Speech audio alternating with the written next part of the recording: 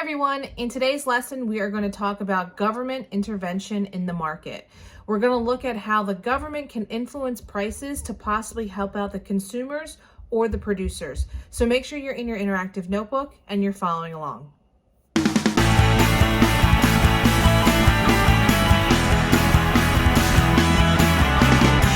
All right, let's go ahead and get started. We're on page 9 of your interactive notebook, and again we're talking about government intervention. Let's get started with our essential question. How can the government affect the market? Very simple question. So today we're going to talk about two phenomenons that we have when the government get involved: price ceilings and price floors. So first off, let's talk about what they are, and then we'll show you what they look like on a graph. So a price ceiling is when a government can impose a legal maximum price that can be charged for a good or a service. Our most common type of price control is known as rent control, and it's very common in New York City. They started this in the early 1940s as a way to provide affordable housing to possibly low-income families or just people who are trying to live in the city. A price ceiling does cause a shortage for the product that they are imposing the price ceiling on. Because the price is going to be very low, think about it, us as consumers, we like low prices. So when the prices are going to be low, demand is going to be higher. Quantity demand is going to be higher, and it's going to cause a shortage. So if we look at this graph below, it's kind of difficult to think about where a price ceiling is going to occur, because naturally you think, oh, price ceiling, it must be up top because the ceiling is up top. Not necessarily. It is going to be sort of up top, but the top that we're thinking about, we want to think about the point of equilibrium. That's where we want to have our base point. And a nice way that I try to think of ways in order for you guys to kind of think of this.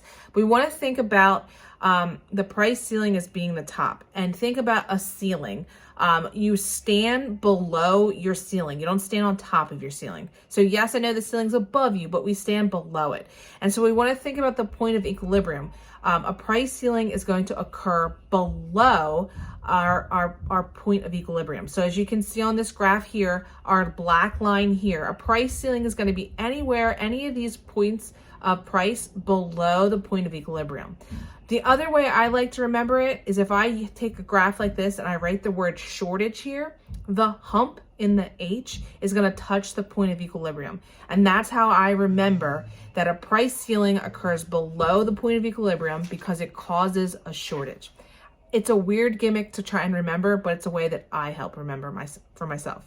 So what does it look like on a graph like this? Let's take ice cream as an example. Let's say that ice cream makers out there in the world decided to impose a price ceiling on ice cream. You can see at the start of our graph, we have an equilibrium point at 200 ice cream cones for $3. That's where our equilibrium price is. People are happy. For whatever reason, this government decides to come in and impose a price ceiling of, say, $2. So we see that here on our new graph off to the right-hand side of your screen. I think it's your right hand. I don't know. So this is our new line. See where there's the $2 mark. That's our new price ceiling. That's going to cause some problems, because now, as you can see with my new dotted lines, we're going to have the suppliers want to supply only 100 ice cream cones at $2, but our demanders want 300 ice cream cones at $2, because again, the price was lowered, so our quantity demanded increased. So essentially this is going to cause a shortage. And again, you want to remember that we stand below a ceiling, so a price ceiling is going to occur below the point of equilibrium. Once you know one of these, you know the other one, because it's the exact opposite. So a price floor is a government-imposed legal minimum price that can be charged for a good or a service.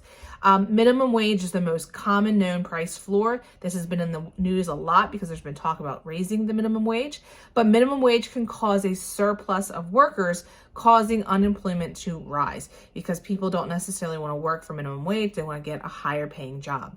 So just like we talked about where we have a price ceiling, and we're going to have it in relation to the point of equilibrium. Same thing with a price floor. The best way to remember it here, take your point of equilibrium and think about a floor. You don't stand below the floor, you stand above the floor. So thinking about that point of equilibrium, a price floor is going to be above the point of equilibrium.